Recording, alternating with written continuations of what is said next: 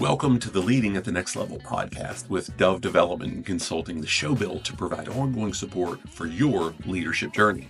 Before we move into today's lesson, let's make sure we're on the same page. We've seen firsthand how much more is required to provide authentic leadership to a team than to simply manage based on the authority that comes with a title or a position. What we've learned through more than 50 combined years of leadership responsibility is that taking the extra steps to serve people and earn influence will always produce results that barking orders never will. And if you'll stick with us to the end of the episode, we'll share how you can get a complimentary trial to a resource we've built that's like nothing else you've ever seen. Now, with that in mind, let's get to work. This episode closes a look at the cost of disengaged employees by digging into the specific steps that you can take as a leader to improve employee engagement.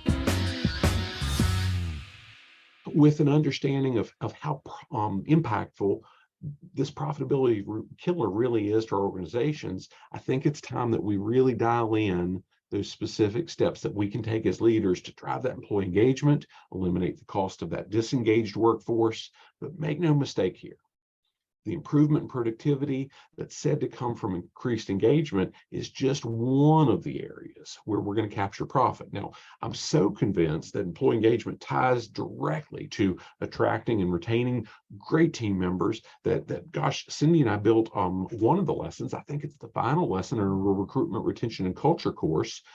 It's called How to Make Sure Working for You Doesn't Suck. We've built it in place so we can facilitate that and we can provide it for leaders at all levels of their organization. Now, as I've shared before, I believe that it's in every leader's best interest to have that simple process in place to really earn buy-in and engagement from their teams in every interaction, both as a group or individually. So what's that look like? In trying to figure out what those 3 C's were in that article I mentioned before, here are the 8 things that it suggested. And I think they're solid. It talked about doing these things clearly, consistently when we communicate. It said be transparent, be a good listener, be the energy you want to see, be humble, understand your team's why, promote personal growth, celebrate small victories, never stop learning. Okay, not bad. Don't misunderstand my point. I'm not knocking any of those things. I'd argue that they're all absolutely critical for everybody in a leadership role.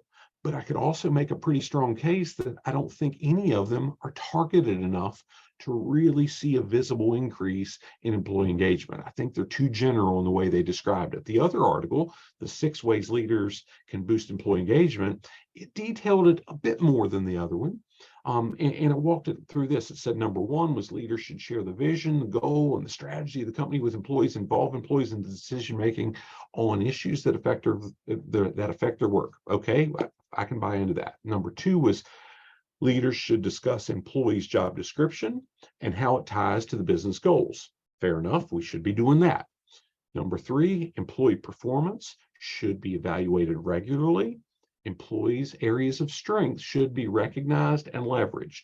Nothing wrong with that either. Number 4, exemplary employee performance should be recognized, appreciated, and rewarded with incentive. Okay, a lot like number 3, a little bit different, but again, I think we should be doing that. It goes on to say, number 5, leaders should have an open door policy, and every employee should be encouraged to speak up about their questions and concerns. Not bad. Number 6, leaders should ask for upward feedback so that employees can let them know about their leadership performance. Again, I don't think any of these 6 are bad. And I do think they're quite a bit more specific. However, I maintain that a shorter list with a crystal clear understanding of exactly how we can apply it day in, day out is going to get us better results 10 times out of 10. The more steps that we need to keep up with, the less likely it is that we're going to get it done. It's just the way it is, especially when you're a leader, you've got a lot of responsibility you're juggling. When it comes to providing our teams with something that they can easily measure, a purpose they can connect with, and an understanding that they're an important part of the process, we'll be well on our way to earning that increased discretionary effort and ultimately that improved individual performance that's so closely tied to that engagement. Now, with that in mind, let's look at how can we do that simply, and why does it even matter? How can we make sure that this is part of our daily routine? So when I mention making sure that our team members can measure their performance, have that clear understanding of its relevance and know their significance in the process, it doesn't sound all that hard. And quite frankly, it's not. But don't mistake the simplicity for something that doesn't take any effort. The magic in each of these things comes when we can personalize them to meet the needs of each individual on our team. How can we make sure it hits their needs? It's not just some whitewashed statement that we feel like applies to everybody. Now, in all those years that I worked in manufacturing, I can't think of many things that we didn't measure at one time or another. Now, at that point in time, the Fitbits, they weren't mainstream yet, so I don't ever remember really logging heart rates or zone minutes, albeit maybe the nurse checked heart rates from time to time. But there were numerous scenarios where we counted steps, and Cindy and I joke about it today about did we get our 8 or 10 or 12,000 steps, whatever. In those days, we were counting steps then too, but it was for a very different purpose. Now, like many large organizations, us minions at the plant level, we had the opportunity to receive quarterly and year-end bonuses based on whether or not the facility met a certain set of metrics. Now, with all those things that we measured on any given day and those bonuses in place, one would assume that a measurability that Lencioni talked about and said would contribute to a miserable job, that would never be an issue because we measured everything. And if one assumed that, one would be wrong. Because, gosh, the simple act of measuring or recording data, I don't think it has much to do at all with driving engagement when those things that we're measuring, they don't tie back to our own behavior. If we can't directly connect our contribution, whether it's for good or for bad, to the results that are being measured or really tied to those bonuses, it's tough to really buy into the idea and for that measurement to mean anything. Now, be honest here. How many times have you had to log or analyze data that you had no control over? And how much did that motivate you to give it every ounce of energy you had? Through nearly 2 decades of quarterly and year-end meetings, reviewing plant financials and receiving news on whether or not we get a bonus payout after it was ravaged by taxes, I don't know that I was ever able to connect what I did on a daily basis to the result of whether or not we got that bonus. Now, don't get me wrong, I still did the best I possibly could every day that I showed up, but that was not driven by the clarity that came with the measurements we were looking. It was really just because that's who I was. And if I'd had that, gosh, I've got to think it would have made an impact on my individual effort. If I could see, gosh, if I do this little bit extra, it would have pushed me that much more. Now, all that said, gosh, I have no doubt that measuring things that were in my control, if we would have, I think it would have been able to tick it up a notch, so to speak. The real key that I'm making here is if we can make sure that the things we are measuring are personal to the individual, if we can tie those measurements directly to the things that they're doing on a daily basis, and we can make sure they understand the impact, that's going to be the measurability that helps remove that piece of misery from the job. Now, with regards to relevance, I'm not sure I've ever known anybody who wants to work hard just for the sake of working hard. Having a clear purpose is absolutely critical. Knowing the effort that we're going to put into something makes a slight difference in this, and knowing that effort makes a slight difference in the final product, that can help, but having complete clarity around why every meticulous step, and usually there's meticulous steps, why it matters and why we need to follow a tedious process, that's going to be a piece that really helps separate good enough from excellence, if you will. Now, I remember years and years ago, I was running a stamping press, making a certain type of part, and I had to measure. I would use a set of calipers, and it was a really intricate measurement, but I had a fairly wide tolerance to be. I had to measure exactly where the pattern fell. within that tolerance. Again, the range was broad. It wasn't real tough to hit it. But what I did learn after time, after I realized, gosh, this is simple. I don't have to do much to my adjustment, run to run to run, setup to setup. When I learned that if I would make a small tweak, it took me a little bit more time, but if I made one little tiny tweak and made sure it was to the one far end of the tolerance, it would give the next step down the process. It would give those operators such more consistency and reliability. They could be so much more impactful, and it would make a difference in the end product.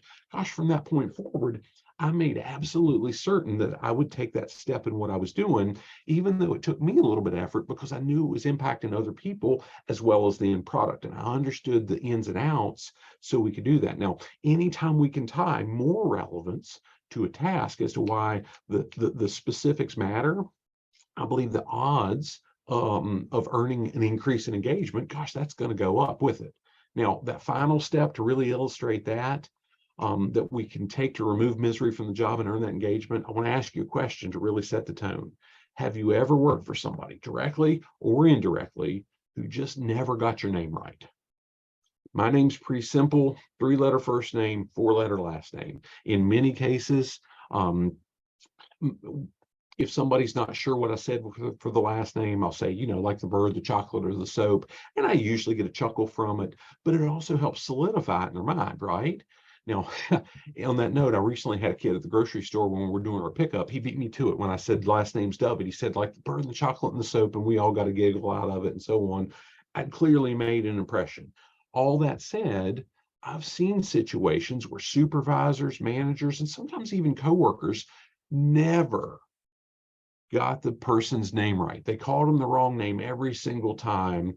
Maybe it was as innocent as mispronouncing it because it was had whatever.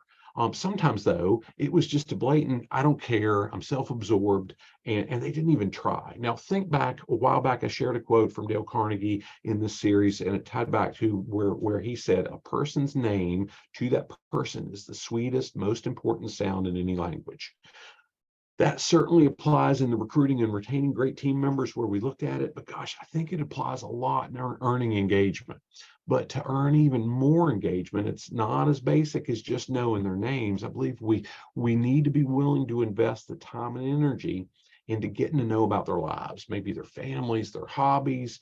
And when we do that, we show them that we value them for more than just what they can produce, which is almost always going to result in more engagement and higher production. And if we can build each of those simple things and help them understand exactly what they're measuring, why it's relevant, and we can learn and show them that they matter as individuals and we're paying attention to them, I think we have no doubt we're going to be well on our way to earning that big increase in discretionary effort that comes from and really builds that higher employee engagement and that profitability killer. It's going to be under control. But I want to touch on one more thing that we should be considering before we wrap this all up. We've worked through the costs. We've looked at the effect, how effective leadership can really drive, and that should be said, earn increased employee engagement. And we just covered those relatively simple steps.